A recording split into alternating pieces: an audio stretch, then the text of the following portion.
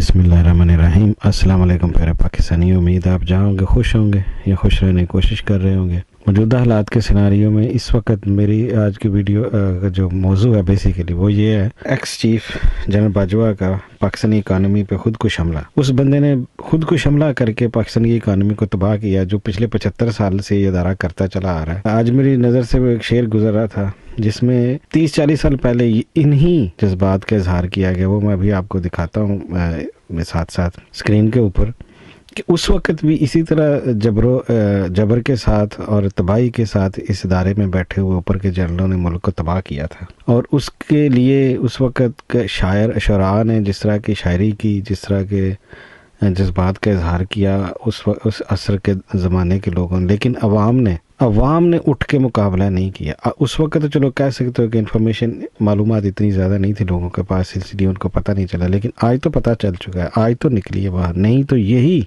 काम जारी रहेगा अगले सारी ज़िंदगी, जब तक कि आपकी नस्लें भी ख़त्म नहीं हो जाती रिस के हिस्से इसके, कि ये अदारे में बैठे हुए जनरल समय अपने को खुदा समझते हैं। मुसलमानों का सिर्फ एक खुदा है जिसके आगे वो सजदा करते हैं, झुकते हैं, उसके अलावा कोई नहीं है ये, लेकिन खुदा बने बैठे हुए हैं। जिसको मर्ज़ी ये ऊपर उठा दें, जिसको मर्ज़ी ये नीचे गिरा दें।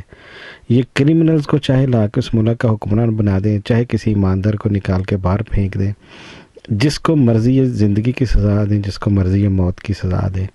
और इसमें इनके साथ मिल जाते हैं वो अदारा जो दुनिया में बदनाम तरीन अदारा है, वो है पाकिस्तान की अदालतों का इदारा, जिसका मुकाबला चलता रहा है आज तक पाकिस्तान में पुलिस के अदारे के साथ। अब हमारा ये अदारा जो फ़ख्र था पाकिस्तान का, मिलिट्री का अदारा, वो भी उसी सफ़ में जाके खड़ा हो गया उनके साथ। आज पता चल गया सारी अवाम को, सारे मुल्क को, सारे लोगों को कि ये इदारा पिछले 75 साल से और इसके बैठे हुए जो ऊपर जनरल है जिनको सपोर्ट कर रहे हैं नीचे से लेके ऊपर तक, एक डिसिप्लिन के नाम पे जिनको काबू करके रखा हुआ है, जिनको ग़ुलाम बना के रखा हुआ है।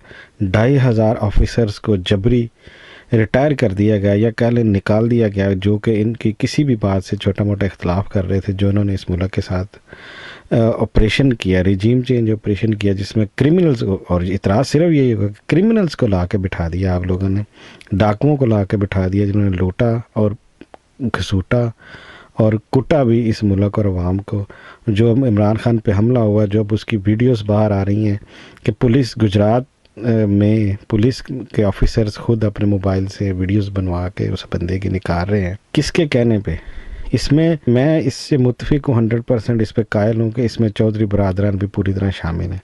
वही मिलिट्री इस्टेब्लिशमेंट का झैली इदारा है। अभी आज मैंने एक तस्वीर देखी जिसमें हमारे DGISI साहब, उनकी शक्ल और उनकी हालत देख के पता चल रहा था कि ज़बरदस्ती उनको वर्दी पहनाई गई है, और वो हमारे एक शहीद का, पाकिस्तान के एक शहीद का, जिसका एहसान है पाकिस्तान के अवाम के ऊपर कि उसने पाकिस्तान की सरज़मीन की हिफाजत करते हुए अपनी जान दी, उसके जस्दे खाकी को कंधा देते हुए ये साबित कर रहे हैं हमारे DGISI साहब के बहुत मुहिब्बे वतन हैं।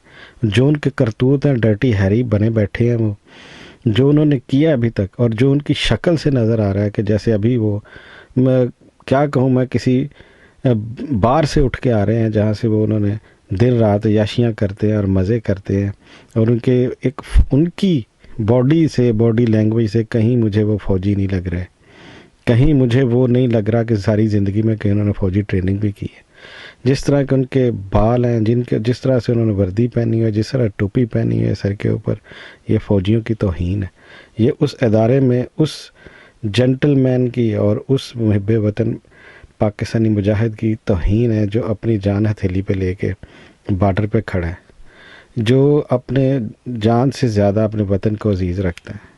उनका नाम लेके ये लोग बदनाम कर रहे हैं पाकिस्तान को कि जाके वो आज कंधा दे के ये साबित करना चाह रहा है कि वो बहुत मुहिब्बे वतन है, लोगों को बताना चाह रहा है, झूठ बोलना चाह रहे हो, एक और ड्रामा करके दिखा रहे हो। यानी कि आप लोगों ने भी ड्रामा करना शुरू कर दिया है। एक सच्चे इंसान को कभी ड्रामा नहीं करना पड़ता, और तुम लोग ड्रामे कर रहे हो, और तुम लोगों को बताना चाह रहे हो कि हम बहुत मुहिब्बे वतन हैं। तुम्हारे जैसा झूठा मक्कार और धोखेबाज जिन्होंने लोगों को ईमान को धोखा दिया, पाकिस्तानी कौम ईमान की हद तक आप लोगों से प्यार करती थी, आप लोगों को इज़्ज़त देती थी, लेकिन आप लोगों ने उस इदारे के वक़ार को भी गिरा दिया, उस मुजाहिद के वक़ार को भी गिरा दिया है, जिसके लिए लोग کھڑے ہو کے پھولوں کے ہار لے کے آتے تھے، جس کو پھول پھینکتے تھے جہاں سے فوجی جوان گزرتے تھے. فوجی جوان ماؤں بہنوں کی عزت اور رسپیکٹ ہوتے تھے، وہ ان کے لیے نعرے لگاتی تھیں. لیکن تم لوگوں نے ہر ایک کے ساتھ کھیلا. جو کنجر خانے ویڈیو بنا کے آپ لوگوں نے ان بدماشوں کو لا کے دکھایا. میں ایک تصویر دیکھ رہا تھا جس میں مجھے بھول ہی گیا تھا، مریم ڈاکو رانی کو مارخور کی چھتری کے نیچے سیلوٹ دے کے نکالا جا رہا تھا. آج مجھے سمجھ نہیں آ رہی ہے کہ یہ وہی مارخور ہے جس کے ہم رسپیکٹ کرتے تھے، یا یہی ڈی جی ایس ہے یہ نا حرامزادہ ندیم انجم، جو یہ تصویریں اس طرح کی اور ویڈیوز نکال کے دکھا رہا ہے کہ میں بہت اس چیز میں محب وطن لوگوں کے ساتھ کھڑا ہونا چاہ رہا ہوں. یہ بندے کبھی بھی محب وطن نہیں ہو سکتے. یہ دھوکہ ہی دیں گے. انہوں نے دھوکہ ہی دیا ہے. 75 سال سے ان کو خون پینے کی عادت ہو گئی ہے پاکستانیوں کا، پاکستانی قوم کا. ان کو انگریز اور ہندو سے آزادی لے کے ہم ان کے چنگل میں پھنس گئے ہوئے ہیں. یہ ہمیں چھوڑنے کو تیار نہیں ہے. انہوں نے پاکستان کے بچے کو بیماریوں میں مبتلا کر دیا ہے. ایک تو ان کو روحانی بیماریوں میں، ان کے اوپر جھوٹے مولوی چڑھا کے دین اور مذہب کو ان کو مذاق بنا دیا ہے. دوسری طرف انہوں نے اس ملک میں، دنیا کے کسی ایسے ملک کوئی بیماری نہیں جو ملک میں نہیں پھیلی، اور انہیں کوئی اس چیز میں کوئی انہیں احساس نہیں اس چیز کا. ایک بندہ آیا عمران خان جس نے احساس پروگرام چلا کے لوگوں کو پیسے دیے علاج کے لیے، پڑھنے کے لیے، زچہ بچہ کی حفاظت کے لیے، صاف پانی کے لیے، اور انہوں نے کچھ نہیں کیا. یہ صرف ڈاکوؤں کی حفاظت کر رہے ہیں جو سندھ میں بیٹھے ہوئے ہیں پچھلے 20-30 سال سے، جو پنجاب کو لوٹ کے کھا گئے ہیں پچھلے 30 سال سے. یہ ان کی حفاظت کر رہے ہیں کیونکہ یہ حصے دار ہیں ہر چیز میں. پاکستانیوں ذلیل ہوتے رہو گے، مرتے رہو گے اسی طرح اگر نہیں اٹھو گے. وہ کیا تھا کسی زمانے میں شعر، مٹ جاؤ گے ہندوستان والو، داستان تک نہ ہوگی داستانوں میں.